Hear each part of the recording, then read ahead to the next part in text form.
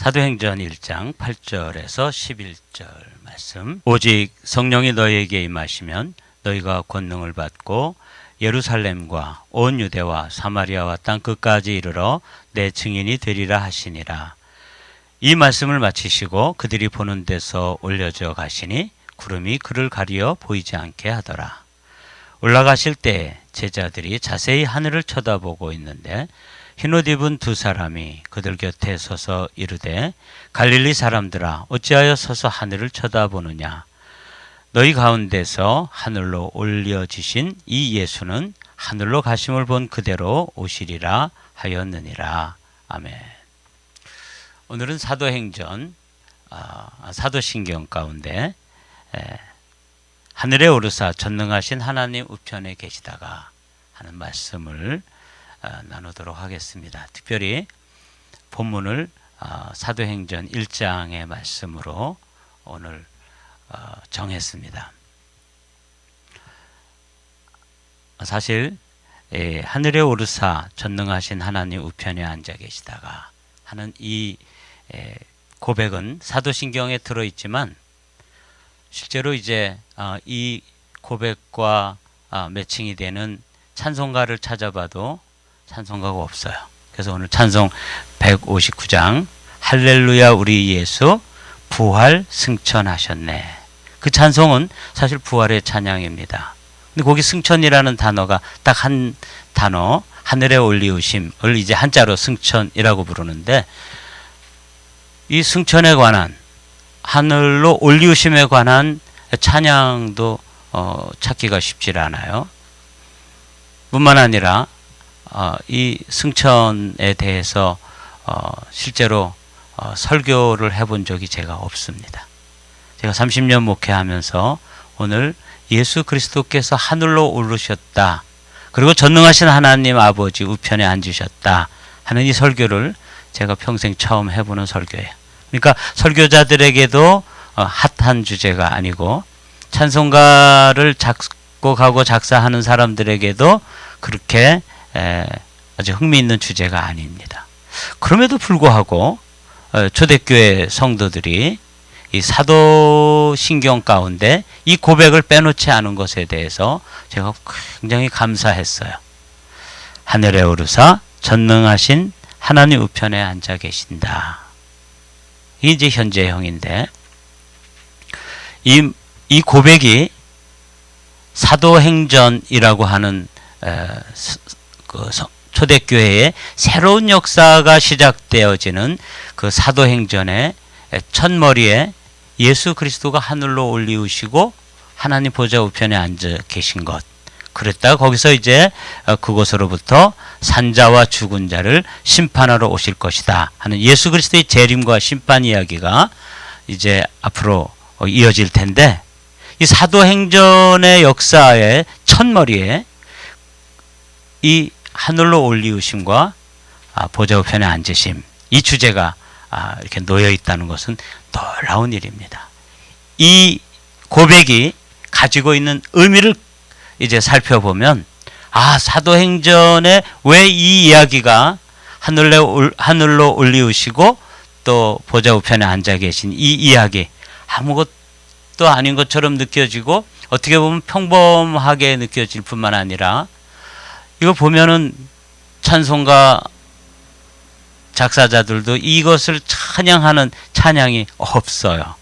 그리고 말씀드린 대로 설교 주제로도 그렇게 흔히 설교되어지지 않는 본문인데, 놀랍게도 이 이야기를 시작해가지고 초대교회의 새로운 역사가 열리게 됩니다.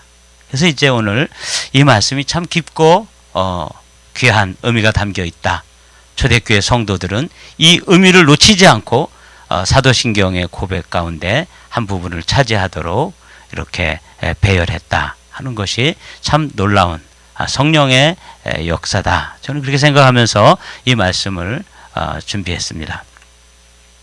하늘에 오르심, 이 부분은 예수 그리스도의 사역, 예수 그리스도의 사역이 과거의 사역과 현재의 사역과 미래의 사역으로 구분되어지는데, 과거의 사역은 예수 그리스도의 탄생하심, 성령으로 잉태하시고 동정녀 마리아에게 나셨다.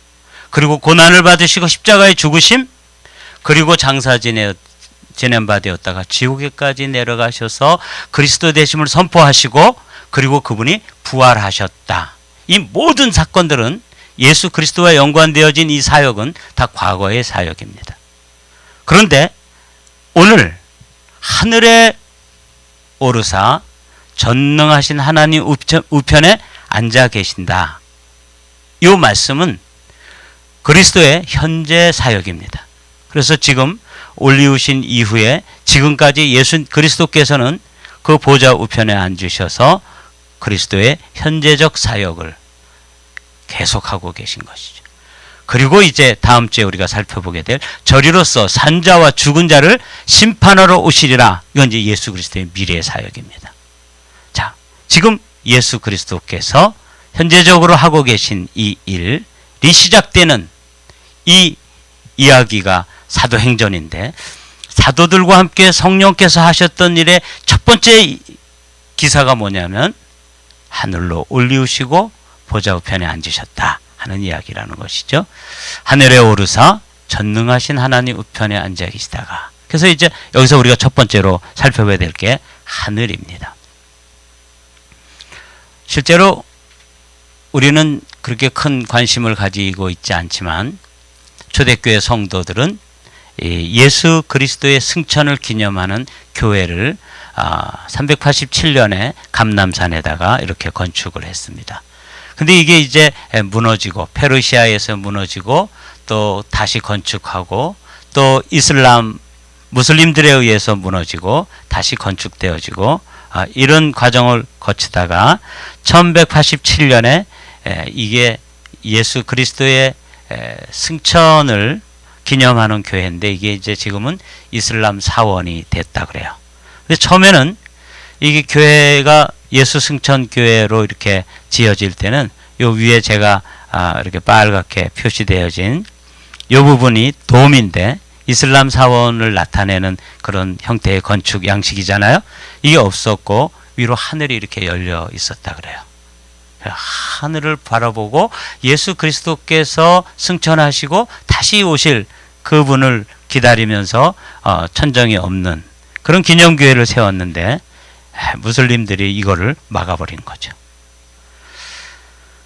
지금 우리 그리스도인들이 이 도움에 이렇게 가려져 가지고 하늘에서 지금 저와 여러분들을 위해서 놀라운 사역을 하고 계신 예수 그리스도를 잘 모르는 거예요.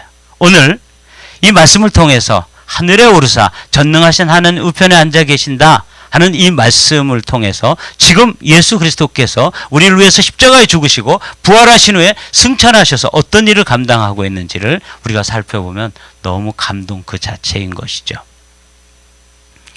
먼저 하늘에 오르셨다. 그런데 하늘이 도대체 무엇이냐? 성경에서 말씀하시는 하늘은 어딘가, 이제 우리가 하늘 그러면 우리의 그 단어는 똑같은 하늘이지만 영어로 좀 써봤습니다. 영어로 보면 우리가 지금 이렇게 밖에 나가서 고개를 들면 볼 수 있는 것이 뭐예요? 스카이죠. 그렇죠? 예, 하늘. 그래서 구름이 있고 또 밤하늘에 별이 있고, 이런 부분, 이런 데까지를 이제 하늘이라고 불러요. 근데 또 하늘은 그것보다 더 높은 차원이 있습니다. 어떤 하늘인가 하면 우주 전체로 넓어지는 그야말로 광활하기 그지없는 하늘인데, 이것을 이제 영어로는 스페이스, 우주라고 부르죠. 그런데 이렇게 이 물리적으로 되어져 있는 하나님께서 창조하신 창조의 영역 너머에 하늘이 또 하나 있습니다. 이것을 이제 고린도 전서에서는, 고린도 후서죠, 사도 바울이 경험했던 3층 천, 이 부분이 이제 heaven이라고 하는 분인데, 이 하늘은 우리 인간이 육안으로 때로는 우리의 그 경험 영역 속에서 시간과 공간 속에서 경험될 수 없는 영적인 영역을 나타낼 때 heaven이라고 표현합니다.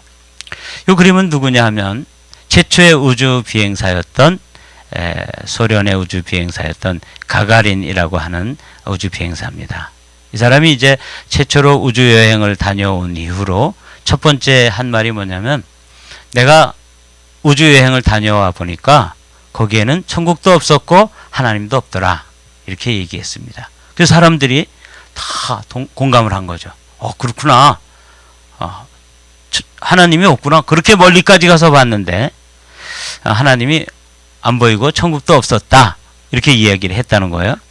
그런데 이제 1년 후에 1962년도에 존 글렌이라고 하는 우주 비행사가 미국 사람인데 지구를 3바퀴 돌고 우주 여행을 마치고 이제 귀환했습니다. 그리고 이분이 이렇게 이야기했어요. 내가 믿는 하나님은 우주선의 창문을 통해서 볼 수 없는 하나님이시다. 내가 믿는 천국은 이 우주선으로 도달할 수 없는 그런 하늘이다. 그렇게 이야기를 한 거예요. 여러분, 똑같은 우주여행을 하고 왔는데 하나님을 믿지 않고 유물론자인 이 가가린은 내가 여행을 해보니까 우주여행을 하고 왔는데 하나님도 천국도 없었다, 이렇게 이야기하고 있는데, 하나님의 사람, 믿음의 사람 이 존 글렌은 내가 가보고 왔지만 내가 타고 갔던 우주선의 창문을 통해서 하나님을 볼 수 있다면 그건 하나님이 아니고, 거기서 천국을 갈 수 있다면 그건 천국이 아닐 것이다, 이렇게 이제 이야기한 것이죠. 그리고 이 사람은 우리가 잘 아는 아폴로 11호를 타고 달에 착륙했다가 돌아온 닐 암스트롱이라고 하는 입니다. 그가 이제 이 지구 궤도를 벗어나 가지고 달까지 가면서 이 천체를 바라보고 우주 여행을 하면서 지구를 바라봤을 때 그는 뭐라고 고백했냐면, 너무너무 아름답다. 그리고 온 우주에 하나님의 영광이 가득 차 있다. 그렇게 이제 고백을 했다 그래요. 그렇죠? 사랑하는 성도 여러분, 이 예수 그리스도께서 올리우신 곳, 이곳은 우리가 우주선을 타고 갈 수 있거나 또 가서 이렇게 만져볼 수 있는 그런 피조의 공간이 아닙니다. 이 공간은 실제 하는데, 그러나 영적인 공간이라고 여러분들이 이렇게 규정을 해 놓으십시오. 이거는 우주선의 창문으로 발견할 수도 없고 우주선을 타고 날아가서 도달할 수 있는 곳이 아닌, 실제 하지만 이것은 영적인 공간이다. 이렇게 이제 여러분들이 정리를 해 두시면, 하늘에 오르셨다 그럴 때 예수께서 어디로 가셨는지 여러분들이 아시겠죠? 그분은 헤븐에 가셨던 것이죠. 그때 이제 이 하늘로 올리우셨다 하는 이 고백의 첫 번째 의미가 어떤 의미냐면, 예수 그리스도께서 이 지상에 이제 하늘에 계시던 그분이 영으로 존재하셨는데 그분이 이 땅에 오셔서 육신을 입으셨습니다. 그분을 우리는 성자 예수라고 부르죠. 그렇게 육신을 입으셨던 그분이 십자가에 죽으시고 부활하셔서 다시 하늘로 올리우셨는데, 영의 상태로 인간이 되셨다가 다시 부활하셔서 몸을 입으셨지만 우리가 입고 있는 이 몸과는 다른 차원의 어떤 부활체를 입으시고 하늘로 올리우신 거예요. 그래서 제가 이게 놀라운 일이구나. 하늘로 올리우셨다는 게 그냥 있던 자리로 돌아갔다든지 아니면 위치가 이동됐다든지 이런 뜻이 아니라, 이제 예수 그리스도의 그 사역의 영역이, 그분이 육신을 입고 예루살렘에 계실 때는 갈릴리에 계실 수 없었고, 갈릴리 호숫가를 거니실 때는 저 사마리아에 가서 있을 수 없었던, 우리와 똑같이 육신의 제한을 입고 있었기 때문에 시간과 공간의 제약을 받으시던 그분이 부활하신 몸을 입으시고 하늘로 올리우셨다는 것은, 이제는 시간과 공간을 초월해서 그의 그 사역의 영역이, 그의 통치 영역이 전 우주적이고 천상의 사역으로 전환된 것이다. 여러분이 여기 지상 사역이 있고 천상의 사역이 있는데 예수 그리스도께서 헤븐으로 가셨다. 이 말은 그분의 사역의 범위가 이제는 육신을 입고 계시지만 부활의 몸을 입고 계시고 그분이 본래 계시던 하늘나라로 옮겨가셨을 때 그분의 사역의 범위가 이제는 어떻게 됐다고요? 천상의 사역으로 전환되어지는 거예요. 그래서 이게 사도행전의 첫머리에 이 이야기가 들어있다고 하는 것이 이게 참 놀라운 영감으로 이 성경에 기록되어 있는 것이죠. 그래서 성령과 함께 성령의 시대가 열리면서 천상의 사역의 시대가 이제 열리게 되는데 그 열리는 그 첫 번째 이야기가 뭐냐면 그분이 하늘로 올리우셨고 지금 하나님 보좌 우편에 앉아 계신다 하는 이야기부터 시작되는 게 이게 맞는 것이죠. 이게 고백 가운데 사도신경의 고백 가운데 들어있는 건 너무너무 귀한 일이 아닐 수 없습니다. 요한복음 16장 7절의 말씀 읽어볼까요? 그러나 내가 너희에게 실상을 말하노니 내가 떠나가는 것이 너희에게 유익이라. 내가 떠나가지 아니하면 보혜사가 너희에게로 오시지 아니할 것이요 가면 내가 그를 너희에게 보내리니. 그래서 성령의 시대가 열리는 사도행전이 열리려면 예수 그리스도께서 지상사역을 마무리하시고 어디로 가셔야 돼요? 천상으로 가셔야지. 천상에 계시던 성령 하나님께서 이 땅에 오셔서 이제 새로운 시대가 열리게 되는 것이죠. 놀라운 시대가 2000년의 역사가 지금 흐르고 있는데 이 성령의 시대가 지금 열리게 되는데 그 열림의 새로운 시대의 열림의 첫 번째 이야기가 뭐냐면 하늘로 올리셨다. 그런 이야기예요. 그러니까 이게 그냥 위치 이동이라든지 그냥 본래 고향으로 가셨나 보다. 우리처럼 죽어가지고 천국 가는 거야? 이렇게 생각하시면 안 되는 거예요. 여기에는 새로운 시대가 전혀 이전에 인류 역사가 경험해보지 못했던 성령의 시대가 이렇게 열리게 되는데 그게 이제 하늘에 오르사 하는 요 말씀 가운데 들어있는 의미다 이 말이에요. 두 번째로는 오르셔서 하나님 우편에 계신다 하는 표현이 나오잖아요. 왜 좌편이면 좋을 텐데 우편은 또 뭐야? 우편은 한마디로 말하면 권능을 나타내는 거예요. 하나님의 보좌 우편 그러면 능력이 있다는 것이죠. 하늘에 오르사 전능하신 하나님 우편에 앉아 계시다가 할 때 이 우편이란 말씀은 이런 거예요. 마태복음 28장 18절 말씀 다 같이 읽어보죠. 시작. 예수께서 나와 말씀하여 이르시되 하늘과 땅의 모든 권세를 내게 주셨으니. 예수님께서 승천하기 바로 직전에 이 선언을 하신 거예요. 하늘과 땅의 모든 권세를 주셨기 때문에 내가 그 권세를 너희들에게 주니까 너희는 땅끝까지 이르러 모든 족속으로 제자를 삼고 내 증인이 되라 하는 말씀을 하실 때 예수님이 뭐라 그러냐면 하늘에 있는 권세, 땅에 있는 권세 다 내 것이다. 그분이 보좌 우편에 앉았다 하는 의미가 여기에 들어있다는 것이죠. 하나님 우편에 앉아 계신다는 것은 이런 것입니다. 예수께서 이르시되 내가 예수께서 이르시되 내가 그니라. 인자가 권능자의 우편에 앉은 것과 우편이 어디에 전능자 또는 권능자의 우편에 앉은 것과 하늘 구름을 타고 오는 것을 너희가 보리라. 그래서 예수 그리스도께서 우편에 앉으셨다 하는 것은 그분이 이제 하늘과 땅의 모든 권세를 가진 그 자리에 앉은 것이다. 이렇게 여러분들이 이해하시면 되겠습니다.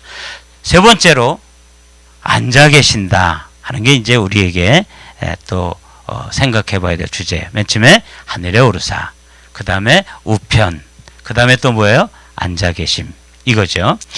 하늘에 오르사 전능하신 하나님 우편에 앉아 계시다가 이 세 번째 의미는 어떤 의미냐면 이 앉아 계신다는 것이 예수 그리스도께서 아까 말씀드린 것처럼 예수 그리스도의 탄생, 예수 그리스도의 십자가, 예수 그리스도의 부활 여기까지가 다 뭐예요?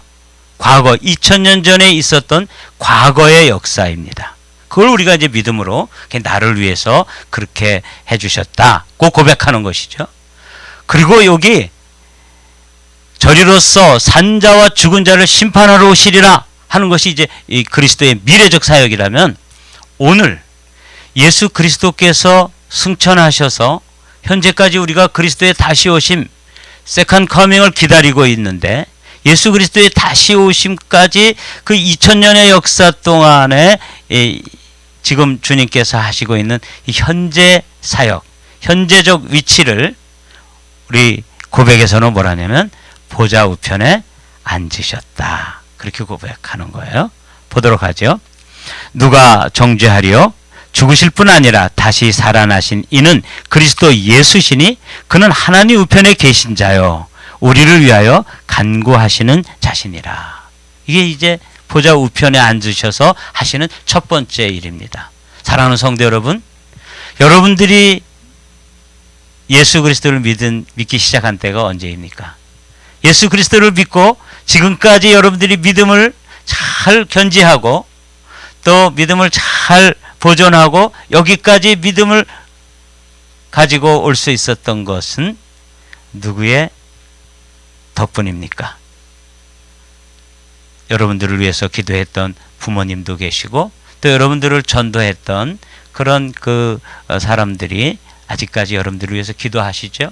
그러나 그 기도 배후에 또 다른 기도가 있는데 여기 있죠. 죽으실 뿐 아니라 다시 살아나신 이는 그리스도 예수시니 그는 하나님의 우편에 계신 자시요 그리고 거기 앉아서 뭘 하세요? 우리를 위하여 기도하신다. 이걸 중보기도라 그래요. 예수님 자신을 위해서 기도하는 게 아니에요. 제가 이제 목회를 이렇게 하면서 어머니가 기도해 주시는 게 참 귀한 기도인데 어머니가 안 계셔서 이제 저희 누님들이 저를 위해서 기도하거든요. 또 제 아내가 저를 위해서 기도하고 또 중보기도 팀이 있어서 우리 교회 중보기도 팀이 저를 위해서 기도해 주시잖아요. 그 모든 기도의 배후에 누가 계세요? 예수 그리스도. 전능하사 천지를 만드신 그분이 십자가에 죽으시고 부활하시고 하늘에 오르셔서 보좌 우편에 앉아 계셔서 뭐 하신다고요? 기도하신다. 그러니 얼마나 든든합니까? 내가 목회 이렇게 할 수 있는 것은 주님의 기도 때문이구나. 여러분들이 믿음을 여기까지 잘 보존하시고 유지하시고 여기까지 달려올 수 있었던 것 누구 때문이에요? 예수 그리스도께서 한시도 빼놓지 않고 그렇게 절절하게 절실하게 기도하시는 그 기도의 음성이 여러분들에게도 깨달아지기를 주님의 이름으로 축복합니다. 그 다음에 이제 예수님께서 앉으셔서 뭐 하냐? 예수님 뭐 하세요? 나의 자녀들아 내가 이것을 너희에게 했음은 너희로 죄를 범하지 않게 하려 함이라. 여기까지는 참 감사하죠? 죄를 범하지 않아야 되는구나. 그러나 만일 누가 죄를 범하여도 이게 중요한 거예요. 우리가 죄를 어떻게 안 범하냐고요. 누구를 미워하기도 하고 시기하기도 하고 질투하기도 하고 음란한 생각이 들고 욕심이 생기기도 하고 정욕이 생기기도 하고 별별 죄들을 지난 한 달 동안 성찬을 받고 난 이후에도 지난 한 달 동안 아니면 지난 9달 동안 아니면 지난 여러분들의 삶 전반을 돌아보면 다 뭐예요? 범죄하여도 여기에 속하는 거잖아요. 저도 여기 속하더라고요. 그런데 아버지 앞에서 우리에게 대언자가 있으니 곧 의로우신 예수 그리스도시라. 이분이 우리가 죄를 범하고 실수하고 넘어지고 그랬을 때 하나님께서 그래 저거 봐라. 저 녀석이 또 저런 죄를 또 범하고 있구나. 저거 어떻게 정리를 해야 되겠어. 이렇게 말씀하실 때 그 아버지 하나님을 막아서 대언자가 누구냐? 변호사예요. 아버지 사실은 저거 죄를 지은 거 맞거든요.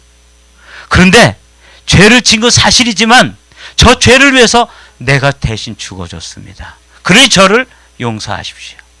저들이 알지 못하여 죄를 짓고 있는데 저의 죄를 사하여 주십시오. 하고 막아서서 우리를 대언해 주시고 대신해서 변호해 주시고 우리를 위해서 변론해 주시는 분이 누구시라고요? 우편에 앉으신 예수님. 그걸 요한일서 2장 1절에 그렇게 이야기하는 거예요. 제가 읽을 테니까 여러분들 다 뒷부분 같이 읽어주세요. 나의 자녀들아 내가 이것을 너희에게 쓰면 너희로 죄를 범하지 않게 하려 함이라. 그러나 만일 누가 죄를 범하여도 아버지 앞에서 시작 우리에게 대언자가 있으니 곧 의로우신 예수 그리스도시니라. 지금 그분이 현재적 사역이 뭐냐면 나를 변호해 주는 거예요. 그리고 맨 마지막에 제가 주님 앞에 섰을 때 그분이 나를 안다고 하시면서 뭐 해주세요? 변호해 주세요. 내가 아는 사역자입니다. 이 목자는 부족하지만 내가 아는 자고 내가 저를 위해서 죽었고 저는 나의 십자가의 보혈로 새 생명을 얻은 자입니다. 그러므로 천국에 합당합니다. 이렇게 변호해 주실 거예요. 마귀는 아니라고 뭐 악을 쓰겠죠. 저거는 지옥에 끌고 가야 됩니다. 저 지옥에 합당합니다. 저가 평생 동안 지은 죄를 제가 다 보여드릴까요? 그래서 행위록에서 뭐 이죄 저죄 막 들춰가지고 저를 송사할 거예요. 그때 예수님이 다 듣고 계시다가 네가 말한 거 다 맞다. 그러나 내가 그 모든 죄를 위해서 내가 대신 죽었다.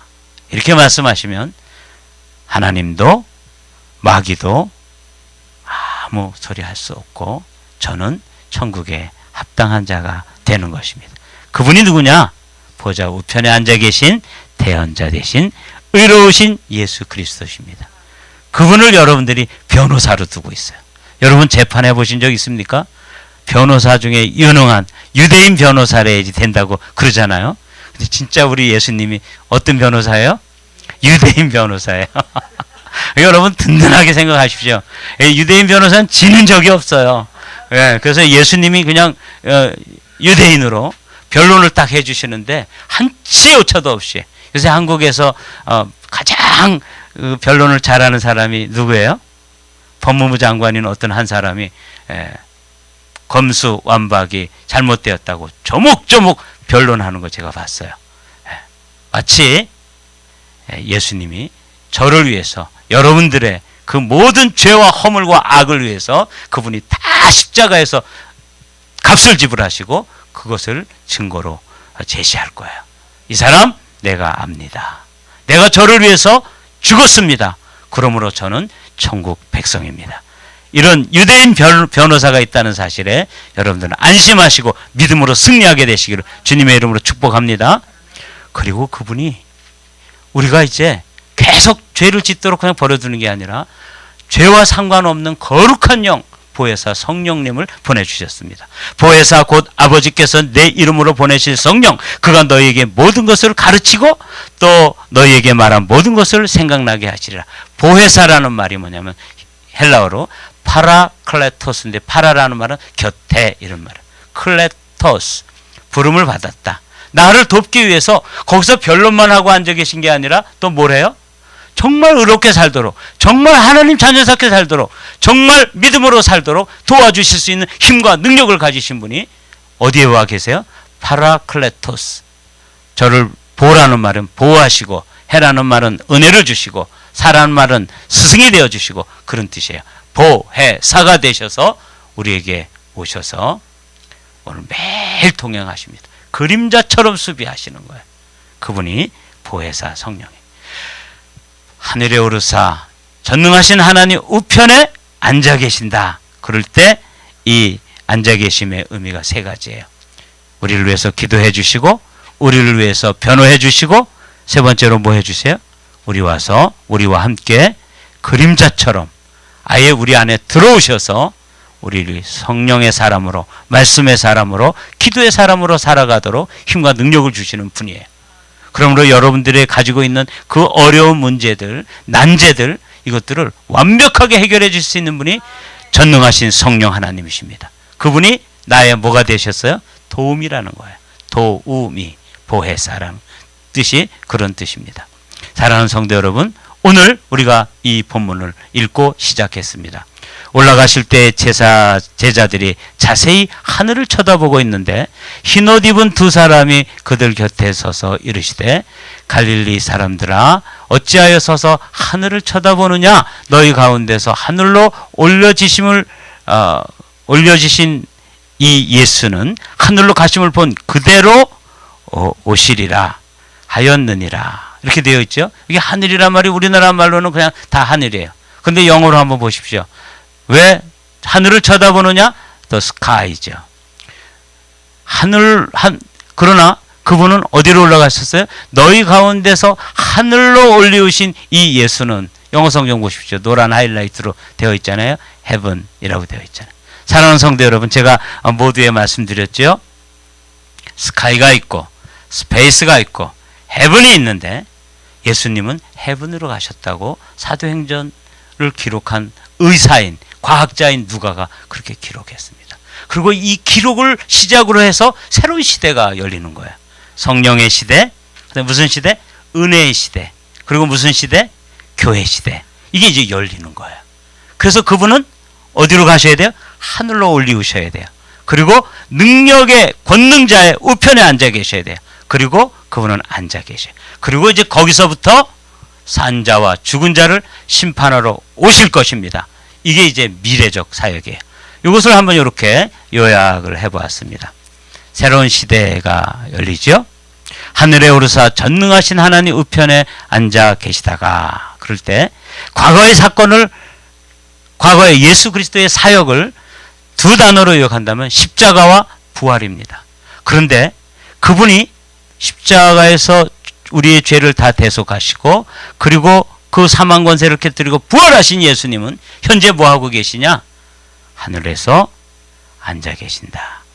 그 앉아 계신 게 뭐예요? 왕좌에서 통치하는 것입니다. 우리를 위해서 뭐 하시고? 기도하시고, 우리를 위해서 뭐 하시고? 변호하시고, 또 우리를 위해서 뭐 하세요? 하나님의 자녀답게 살 수 있는 힘과 은혜와 능력을 공급하시는 보혜사 성령이 되셔서 우리 안에 와 계신 거예요. 이게 이제 현재적 사역이에요. 그리고 다음 주에 우리가 살펴볼 것입니다. 저리로서 산자와 죽은 자를 심판하러 오시리라의 방점이 있는 거예요. 다시 오십니다. 다음 주에 여러분, 우리 다시 오시는 예수 그리스도를 말씀 가운데서 만나기를 소망합니다.